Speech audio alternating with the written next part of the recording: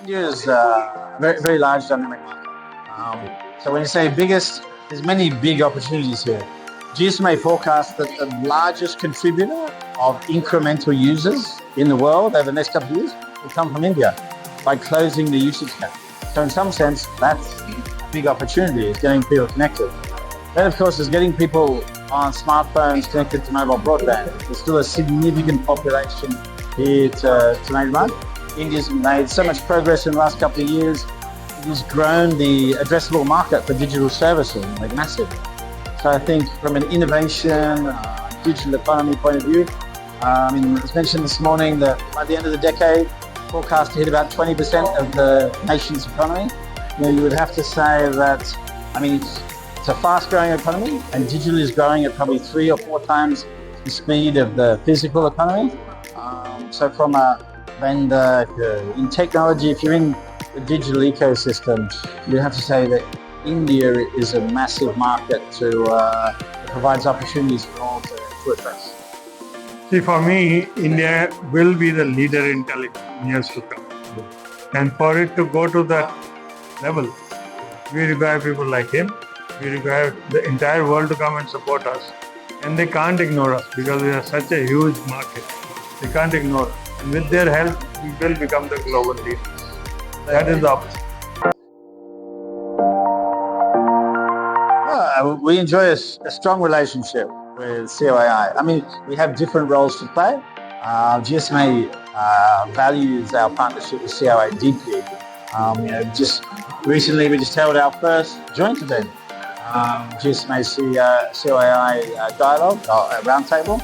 I think there's plenty of opportunity to continue to work together, to expand the relationship, not only for the benefit of India, but actually for the benefit of the world. General Kochhar says, a big part of this is taking India to the world. As India rises to be a global telecom superpower, global statesman, it's about helping guide much of the rest of the world on their 5G and digital transformation journeys. See, GSMA by itself is a good name, international, the best name. COAI in India enjoys a good reputation. If he's 1 and we are 1, we are doing 1 plus 1, 2 if we go independent. But if we go together, it is 11. That is the amount of strength we will bring. Sure. GSMA is a global body. I can never really tell General Kochhar something about India he doesn't really know. I can provide examples from outside the world, whatever, which provide a different perspective or context, which may be a different way of looking at something in India. And I think that is the value, is we come from different perspectives.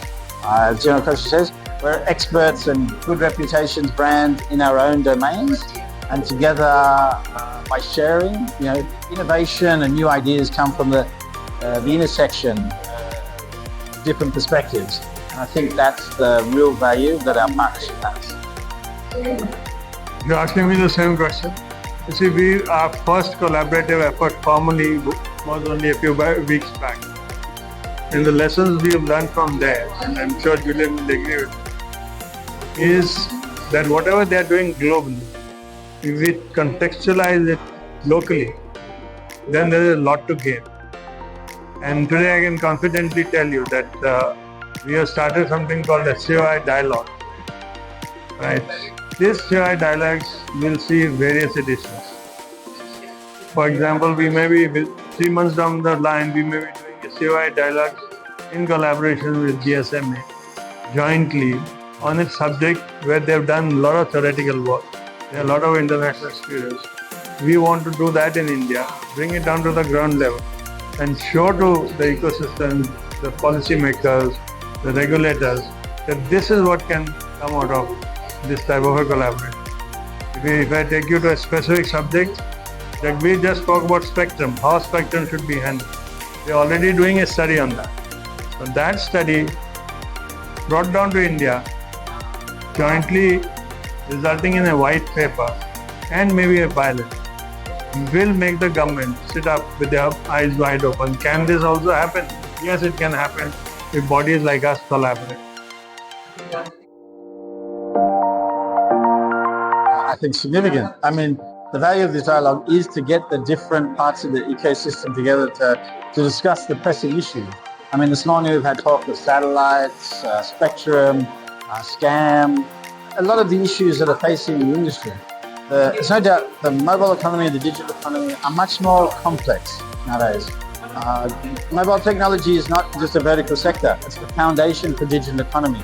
So actually, more and more, these dialogues will grow to include other sectors who are busy being transformed. And I mean, at Barcelona, more than 50% of the people that attend Barcelona don't come from the mobile industry, not from our traditional mobile industry. And we expect to see in dialogues here as well, as mobile technology becomes more and more part of the economy, other sectors will want to be part of this discussion because it's such a big impact for the country.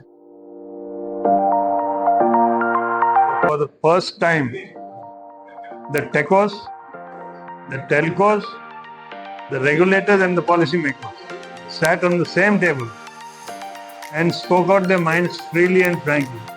And a lot of things came out of that. Right? And